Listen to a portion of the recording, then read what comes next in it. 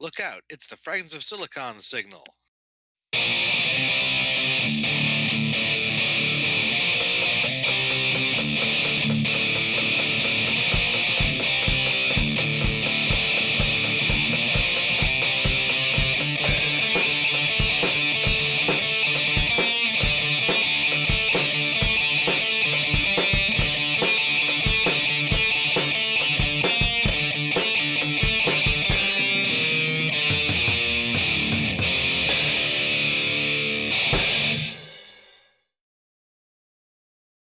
All right, welcome to another installment of Fragments of Silicon. Usually the European interviews, but this week we are coming from Canada. If I'm reading the information correctly here. At least that's where the company is based. We are today welcoming Sam Ho and Mitchell of Suba Games. Hi there. Hello. Yeah, hi. Now, if you will recall, we were supposed to be doing this interview last Wednesday, but our guest ran into some technical problems that delayed that to the here and now. But thankfully, everything seems to be worked out well enough for us to forge ahead. And we will start the interview proper with this question. What got you both interested in video games on a personal and professional level? Well, Mitchell, I guess why don't you start with that? Yeah, well, for me, my ever since really early, I'm 25. Since I've been like 3 pretty much, like since I moved from Mississauga to Barrie, my family's owned a tech company. So computers have always been in our family ever since I've been, like I said, super young.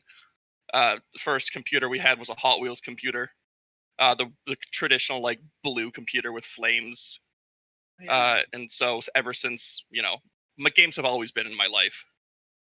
Then I went to college for game programming, and now I'm here. Okay. For myself, I'm a little older than Mitchell, so my love and passion for gaming really started from Pac-Man, and ever since Pac-Man, I'm hooked to gaming. Okay. Right. Um, and in terms of your professional career, is Suba Games your first work in this industry, or did you work elsewhere beforehand? Super games are both our first work. Okay. Fair enough. And what attracted you to this particular company? What's attractive about Super Games at the time is that really they offer to be something different in the gaming space. I don't know if you remember from back in I think 2006 and seven. That's when basically the whole free to play. Well, I guess a few years back, even the 2002 or 2003. That's when the whole free to play landscape started forming over in Asia, Mm-hmm. and it became like kind of the next big thing over in Asia back then, 20 years ago. And Suba Games is really the one and only outfit at the time that looks to bring uh, games from Asia, and especially in the free to play PC base, into North America and Europe. So it was a no brainer. We just basically saw amazing opportunities. Okay. Yeah, yeah, free to play really wasn't a thing here until like the explosion of mobile around the 2009 2011 time space. Like at least Right. you know. Um, and what sort of games has Suba Games been bringing to Western gamers? We've been playing a big variety of games. I mean, ranging from FPS like Crossfire, and the most recent TPS that we're discussing about today, Mars, and we've been bringing all kinds of different RPG games, including the classic Pristine Tale One, which is really, uh, whether you guys know it or not, is actually where World of Warcraft draw a lot of inspiration from. A lot of the ideas from World of Warcraft is actually derived from this original title. Like, So we admittedly, basically have games both from. Sure, go ahead. admittedly, I don't know all that much about the origins of World of Warcraft, so I So cannot. there you go. But yeah, so you've been bringing a diverse range of products to these territories for a long time, um, and the one we are focusing in on is Mars, or to give it its full um, moniker, Mercenary Assault and Recon Squad. Um, I suppose my first question is, does this game actually take place on Mars? The red planet, or is that just the acronym? Why don't you go ahead, Mitchell? No, it doesn't, sadly. It Okay. is simply the acronym. It takes place on a large variety of locations. Sadly, none of them are Mars. But it takes place across time. So a lot of places that don't exist anymore, but most of them are on Earth. Aside from that, you're in a space station. Various space stations, I should say. You travel to Egypt, you travel to unnamed dinosaur location back in time. You travel to the future in unnamed location. Well, they're named, but they don't correspond to an existing location. Or space stations. Okay, fair enough. And who are the Mars beyond just being a mercenary unit and a recon squad? Um, you know, who are they fighting, and why are they fighting? Well, initially, it's the League of Nations is who hires Mars. And the League of Nations originally, when you start playing the game, is against basically an anti-terrorist group, defending the world from any sort of bad. They're like the super United King or the super United Nations type of thing.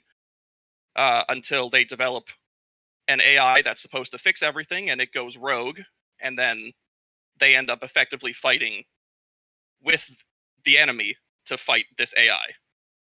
Mhm. And then the AI is a self evolving, self replicating thing that eventually starts becoming this global threat. Yeah, that sounds problematic. Yeah, a And little bit. um, I guess also has access to a time machine. No, it luckily doesn't, but we do. So we go back before it was built to try to stop its origins. Like, I mean, that would seem on the surface to be kind of easy, but I'm guessing there's more to that. There You is. Like, but is that kind of a storyline thing? Um, Mars at its essence is a competitive shooter. It does have a lot of PvE cooperative elements as well, but I mean, as far as the story goes, it's explained and played through within, like an hour of time kind of thing. Okay. There's so really no, but yeah, Right. And okay, so the story is basically a framework device. yeah, exactly. Yeah, fair enough. Plenty of shooters take that approach. Especially if they are focus. Now, is this a multiplayer focused shooter? Oh, definitely, yes. You Okay. can play a lot of the stuff solo. The game will just incorporate bots into the matches. But Mhm. that's definitely no fun way to play. So Right, right. And I suppose a bit unusually, this is a third person shooter as opposed to a first person shooter. it Was there is. any, Yeah. was there any particular reason for that particular perspective? It gives a bigger focus on at least what we hoped at the time, like cover mechanics, sort of like the Gears of War and those type of things where you can, in first person, your field of view is so locked to almost a tunnel vision to where you're aiming, which forces you Mhm. to spin around to get a good 360 like a spatial awareness. And when you're in cover, if you're doing first-person cover, you can't see anything. So it was just basically to focus more on the environment, because cover and explosive barrels, like vaulting over objects, the whole environment is meant to be, your toolkit. So being able to see it better just works better in third person. Fair enough, fair enough. And yeah, from what I saw of the footage, it's very Gears of War style. Like, I suppose taking that into account, what might Mars offer that other third person shooters in that vein don't have? Mars at its not as essence, but just the development process, the development goal with Mars was to sort of fill the niches that the other games that a lot of other, not even third person shooters, but just popular shooters on the market now have, or popular shooters on the market don't have, such as more so the non, like if you go into Call of Duty, for example, you're probably going to be playing a regular team deathmatch or capture the flag or Dominion or like whatever, but it's a normal shooter game mode. People go in with guns, and that's pretty much it. This we hope to offer a lot more. Like, there's mech combat, for example. There's game modes that headshots only, and your head gets bigger as you get more until you die, kind of thing. Just like more fun game modes to mix and match into the game. So it's not just hardcore search and destroy only, or the equivalent of like Final Destination Fox only. Like so it's not just a standard thing. Fair enough. And I suppose breaking it down further, how many modes and what modes are being offered in Mars here? At its moment in closed beta, there's not too many. We're testing the functionality right now. So I think there's 6 modes, maybe, spread over. Off the top of my head, I'm not exactly sure. Off the top, spread over co-op and PvP. From a sort of Call of Duty Nazi zombies like survival modes to tower defense type modes in PvP, or sorry, PvE, to normal team deathmatch, capture the flag, Dominion, like all the traditional PvP modes that people should expect in a shooter game. But once closed beta is over and we go into our final launch, we'll be releasing more game modes as we go up to a certain point, when we'll have about 20 or so different unique game modes, not far apart from just the like not including the basic ones you'd find in another shooter kind of thing. Right. And just so you know, Adam, we've already actually we already have actually 24 patches lined up for the game, all major patches with different maps, modes, items, etc. So there's going to be loads of updates for the game. Sounds like it, because like this is a game as service model, correct? Yes. Mm-hmm. Yeah. And yeah, that would be expected to have a lot of rapid updates with various amounts of content. And I suppose next up is like the actual, I hesitate to use the word classes, characters, like avatars. What, like, do you play as different classes that have different functionalities? Yes and no. At its base, no. At its base, you can treat it as pretty much any online shooter. You make a character, you can customize it a fair bit, get it costumes, get it, whatever you want, but it's not a class. You can equip any weapon, you can equip any whatevers, and join, the PvP lobby with whatever loadout you want. That's fine. There is a certain game mode that's, I hate to explain it any other way. Well, I guess, I don't know. I was going to say it's a MOBA, but it's really not. But it uses that sort of the character selection system where you're still a player, and you have your avatar, but you're not controlling your avatar at this moment. You you choose a class. You choose the heavy gunner, you choose the thunder knight, you choose the whatever, and they all have their specific loadout and specific special abilities. You can only have one per team, and you go and do your wave defense or your whatever mission you choose at the time. But that you do have a specific class in that case, or class in quotation marks anyway. Right. And in terms of these special features, are they attacks, defenses, healing? Some of them are, for example, the Thunder Knight I mentioned, is sort of like a big warrior that carries a riot shield and an axe. He has weapons, but he's really the front line. Take the bullets so the allies don't have to kind of guy. Or he has guns, I mean, but his normally, if you're playing just Mars, you don't have any special passives. You're just whatever you bring into the fight as weapons. But this character is resistant to flashbangs innately. This character is resistant to being he doesn't get staggered by gunshots and some passives like that.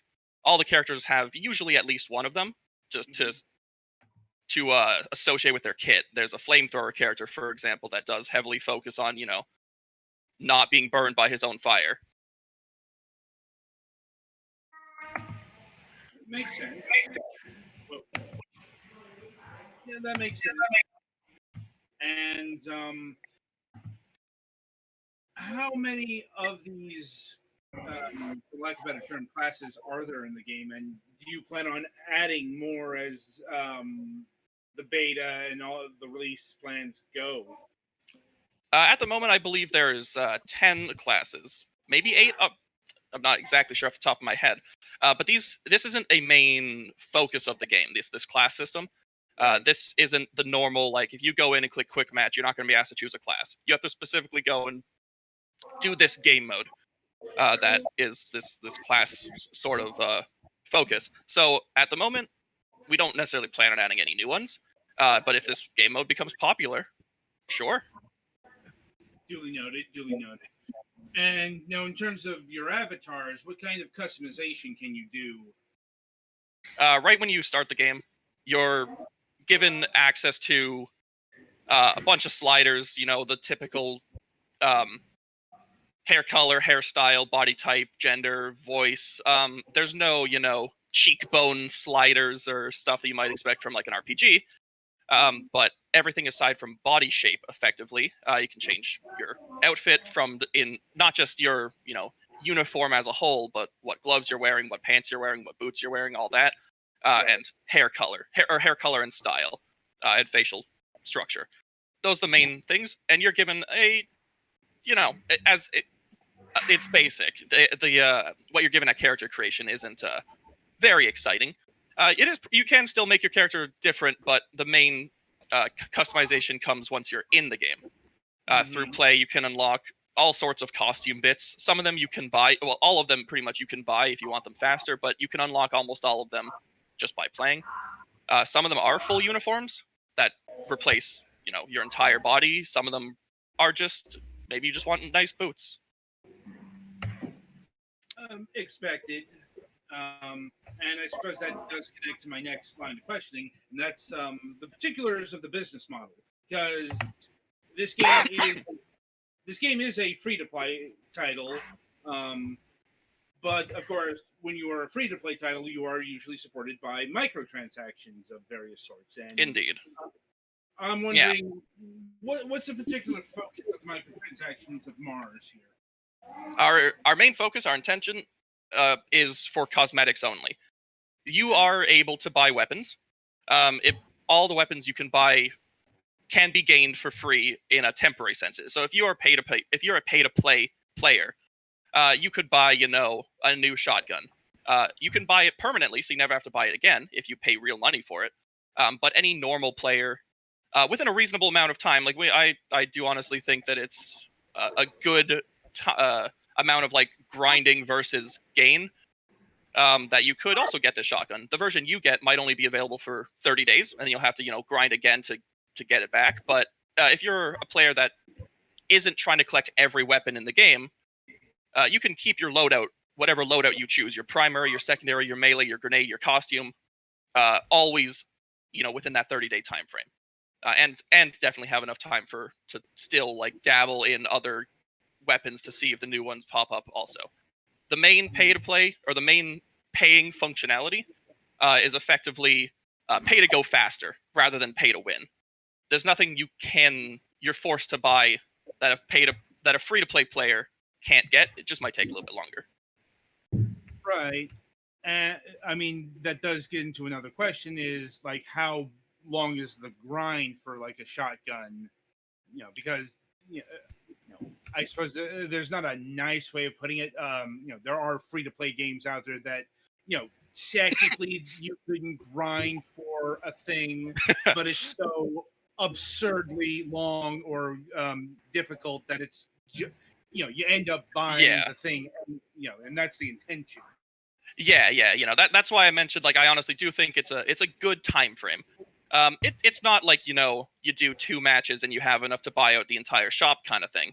Right. But it is, like I said, if you find a primary you like, a secondary you like, a melee you like, a grenade you like, one for every slot kind of thing, and they all have paid versions and you want them, the grind is reasonable enough that you can always make sure you have that full loadout active within like the 7-day or the week time frame, or sorry, the 7-day or the month time frame of whatever the weapon you choose is.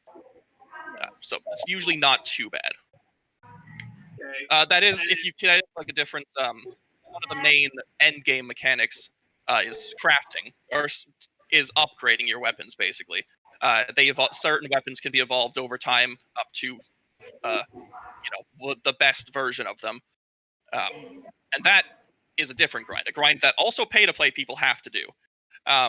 But that is the main time sink that people would have to put into the game once they're at closer to end game. I see. And on the other side of the equation, in terms of pricing for these microtransactions, first of all, is it direct payments or do you have to get a currency first?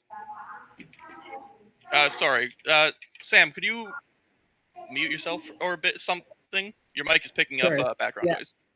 Okay, my apologies. Sorry, what did you say, Adam? Oh, sorry. In terms of purchases, do you use direct currency payments, or do you have to buy a currency before you can buy the microtransaction? So all of our Suba Games titles use a system called Suba Points. Suba Points can be bought directly from our site. In the case of Mars and MAT, one of our other games, you convert that Suba Points into their respective system of currency. So in Suba, or in Mars, it's called just gold, basically. But it is effectively a 1-to-1. If you go in game and click, the buy points button, it will you'll buy Suba Points and it'll directly be converted into gold, and you don't have to worry about a middle step. Okay.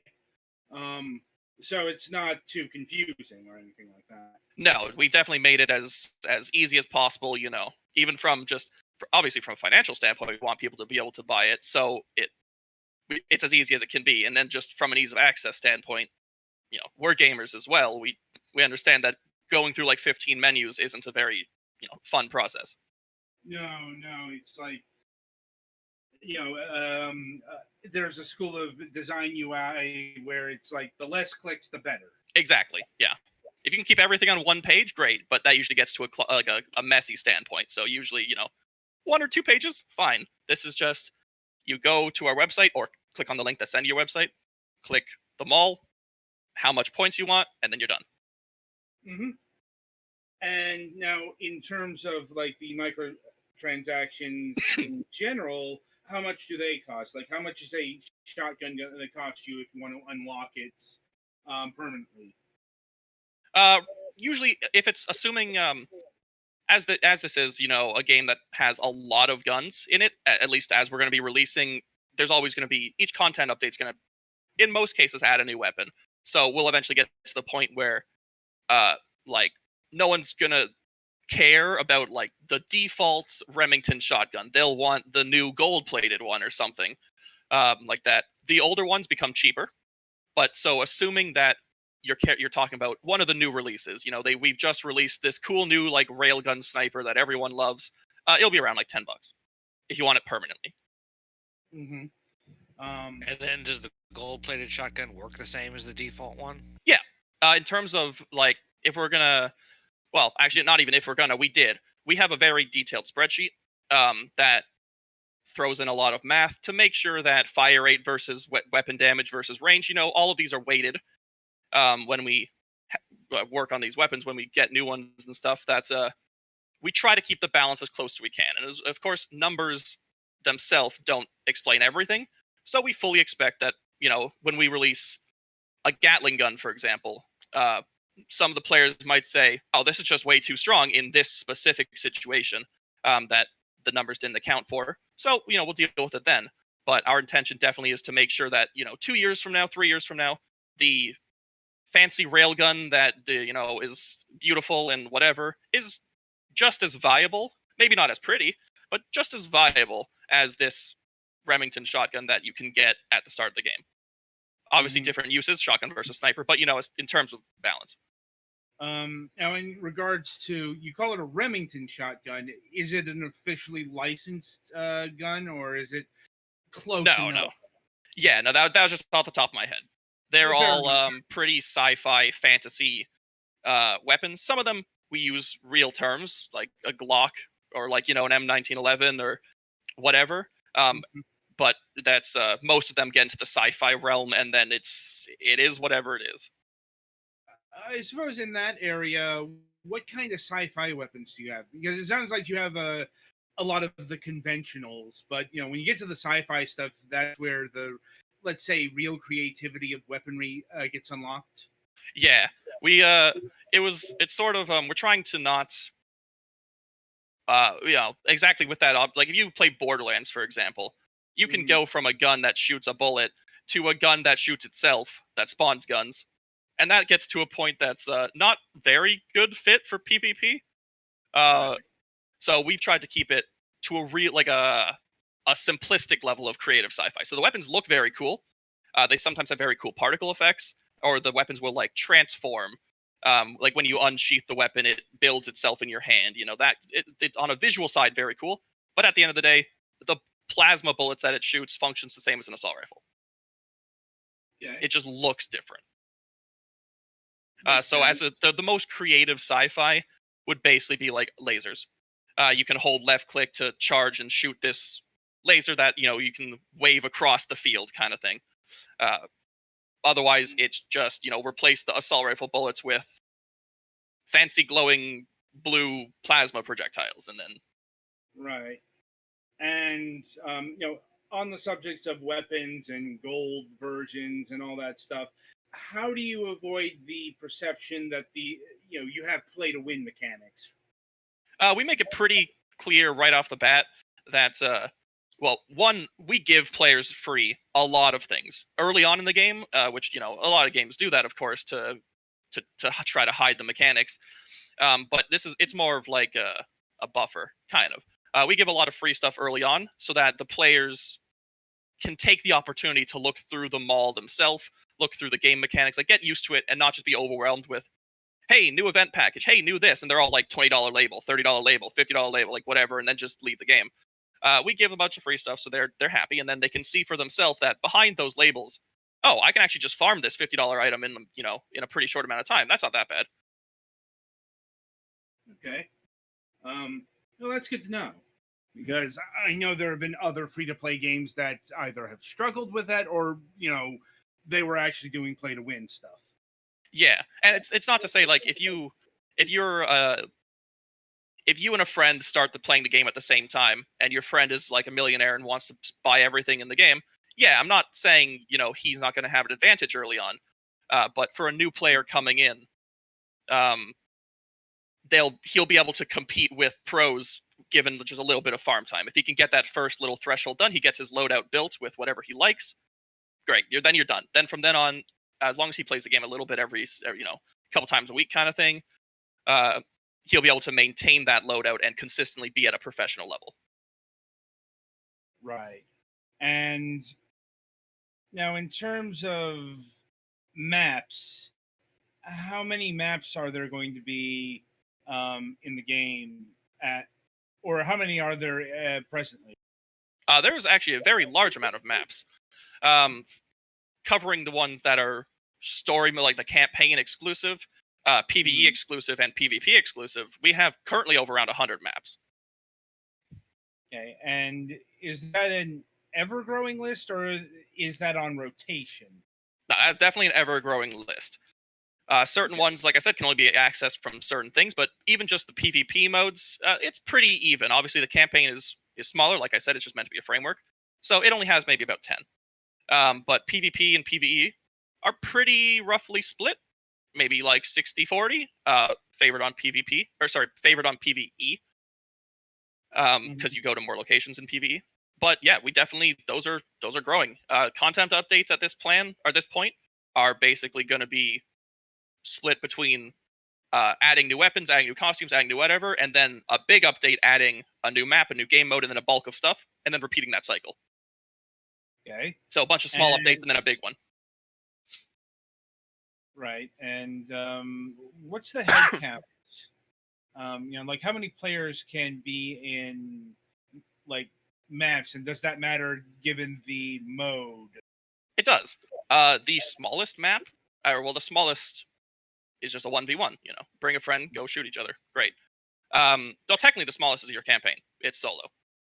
But aside from that, normal matches are either 4v4 or 8v8, and they are just the normal mode that you'll play in quick matches. If you're not playing ranked or you're not playing whatever, are always 8v8s. If you're making a lobby by yourself to play with a few friends, say you have you're playing with all the members of Fragments of Silicon. You got 4 people. It still will be an 8v8. It'll just be 2v2. You 2 versus 2 others, and 6 bots. It'll always be an 8v8 in the quick matches. If you're playing ranked or you're playing specific game modes, then the bots can be disabled. But normally, every match is an 8v8. The biggest we have, I believe, is 25v25. It's not a mode that's available in closed beta right now. We wanted to make sure all the servers would be fine before we start doing this big whatever. But seems like they're fine, so it'll be released soon enough. Okay. I suppose we should talk about the closed beta at this point. How long has it been going on, and what's been the feedback so far? It's been going on since about a month now. The 19th, I believe, of December. Or sorry, maybe not 19th of December. Few weeks now. But regardless, feedback's overall been good. No one's saying that this is the coming of new games. This is the 2020 game of the year, 2021 game of the year. But people like it, and that's really all we can hope for at this point. The main the main complaints of closed beta are just little bugs here and there. This is originally a Chinese game that we are publishing in Canada, and with that comes with localization, Chinese to English localization. And I personally don't speak Chinese. Colleague here, Sam, does, but we do have to work to make sure that everything that pops up, new dialogue, we have to voice record, and with all that, the little subtitles, sometimes little a blurb in the corner of a scene on this specific mission has weird grammar that we didn't catch at first. And so a player will mention that, and we'll go about fixing it. And that's really what most of the bugs have been about. Players, none that's saying like, oh, I can't read this because, it is complete gibberish. Just, hey, this doesn't really make English sense. Go fix it. And so we do. Fair enough. And are there any sort of content restrictions that you have to handle, given this is a Chinese-based game? Yeah, so the main issue... sorry, continue. Sorry, continue. I think I cut you off. No. Well, I suppose an example is like, like I know the Chinese are sensitive to skeletons, and yeah, that was a. Go for it, Sam. Sure, Adam. On that, it's just basically probably something of interest to the listeners is that their partner that we work with that basically provide this Chinese game is actually the biggest outsourced shop for Epic Games in China. So actually, a lot of their items that you see in Fortnite is actually created by our partner. So that probably goes to tell you a little bit in terms of the caliber and quality that one can expect from our game here. And in terms of the player base, is this is this an international game, or are there specific versions of it? Yeah, there's no IP block per se. Uh, Even though we're a Canada-based company, I mean, our Super Games portal serve 12 plus millions of users, uh, primarily from North America and Europe, and Hmm. obviously some of the users from South America. But really, to answer your question in short, we don't have any IP restrictions, and anyone and everyone could feel free to join the game. I suppose to delve a bit deeper into this, is this an international offshoot version of the Chinese game, or can this version interact with the Chinese version? This is an offshoot version that we cannot interact with the Chinese version, and we actually purposely did so. Reason being is the likes and dislikes of players in the Western markets are very different from over in China. Right. And given the fact that we're at TPS games, uh, another major concern that we have is ping rate. Mhm. So we want to make sure we service to the best of our ability for our audience. Fair enough. And now getting back to the open, or sorry, the closed beta, um, do you have a time frame of how long this is going to last? Well, it really shouldn't be much longer from here right now, Adam. I mean, I guess Mitchell kind of dabbed into it a little earlier. We're getting fixes here, fixes there from the players, and we're basically don't quote me on this, but I would say it's very soonish in terms of when we could basically start open beta. Reason being is we're I would say about 65-70% done with all the bug fixes at this point. Okay. Fair enough. It is hard to put a fine date and number on these things, given that the nature of fixes, and you're probably better served by being flexible. Like, and I think you did answer my next question. And there is going to be an open beta. There is. Yeah. And in fact, an open beta is basically when we'll be debuting the Steam integration as well. So there will be definitely a lot of players already waiting and looking forward to that. And there are definitely some Steam users that have been asking us about that as well. So that will be something that will happen once we reach the point of open beta. Fair enough. And I don't know if you can talk about what the game is going to be comprised of when it reaches 1.0. And indeed the roadmap. Um, but what sort of future updates, big and small, do you have planned for the game? Well, I can speak to the updates in terms of that. Every 1 month we will have one major update. Okay. And in terms of the details of the content, Mitchell, maybe you could give our friends here a sliver in terms of what one is to expect in terms of all these big updates we'll be getting on. Yeah, I sort of mentioned it a little bit earlier. In that, like Sam said, there'll be one major update every month. Every week or 2 weeks, depending, there'll be an update. The update might release a new costume, might release a new weapon, might release a new, something small. Not necessarily one thing either, but just a few little things. Whatever the event is, maybe around Halloween there'll be a few Halloween guns, whatever. But those will just be peppered out until the major content update. The major content update will release new maps, new game modes, new weapons, new costumes, pretty much a little bit of every column, especially as I said, the new new game modes and maps. As I mentioned, we're gonna have around 20 something game modes and 100-something maps. Those aren't all going to be available at 1.0. When the game releases in open beta, in our full launch kind of thing, it'll effectively be similar content that was in the closed beta. And then every month and every week, every patch will slowly move towards, well, not slowly, actually pretty quickly, move towards this final version that does contain all these maps, all these game modes, all the weapons that we have currently, while we continuously develop in the background to make sure that we always have a buffer ahead of time and new patches will continue coming out. Okay. And I suppose my final line of questioning pertains to platforms, because from what I've gathered, currently the game is available on the Suba Games platform. I'm not sure if you have a more formal name for this, with plans of Steam integration, but I'm wondering, like, is this game going to appear on the Epic Games Store? Is it going to appear on mobile devices? No, we have no plans for a mobile version yet, and no plans to work with any other partners for their own launchers. At the moment, just Steam integration, 100%. We understand Steam's one of the biggest platforms, if not the biggest platform for gaming, so you'd be foolish not to. As well as everyone likes achievements and friends list and all the fun stuff that Steam offers. Our own launcher, for sure.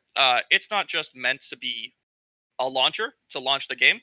It actually is a I don't know what you'd call it officially, but it works to optimize your ping, optimize gaming for whatever games you have installed on that launcher. So we've worked to make sure that our game will be able to be optimized by the player when they launch it through this launcher. Though, on that note, they can launch it separately as well. Okay. And I suppose my final question is: this game Windows only, or are there builds for Mac and or Linux? It is Windows only. Expected, like especially given the nature of the game. Yeah. And the size of those particular markets. Definitely no we're not against working on some Mac integration at some point, but it's as of now, no. Fair enough. Right, so I'll see if my colleagues here have any other questions for you. I think I'm good. Okay. Yeah, I think I piped up when I had a comment, so that's about all I had. Great. Then. I want to thank you both for taking time out of your schedule and being with us here today. And hopefully, whatever technical problems preceded you on Wednesday have been thoroughly taken care of. Anyway, so the game is Mars Mercenary Assault and Recon Squad. It's currently in closed beta on the Suba Games website. Are there details on how to get to a closed beta if they don't get like a key from us or anything like on your website? Yes, if you open the website from just the link that Sam posted in Discord just now, it is the first thing you'll see on the page. There's a big Get Your Keys Now section on the website. A bunch of different beta partners, Alienware, MMO Bomb, whatever, have set up just different key giveaways. That you click on any of the buttons, get a key, download the game. Yeah, and I'll read it out since if you're just listening to this, they won't be able to see that. Yeah, you can get that at subagames.com/mars/home.aspx. So be sure to sign up, or if you want to wait for Steam integration, it will be entering open beta. Be sure to play it today. And yeah, that'll about do it for this installment of Fragments of Silicon. Be sure to tune in for our Sunday review session. And until then, I shall wish you good gaming. Thanks for having us. Thanks for having us.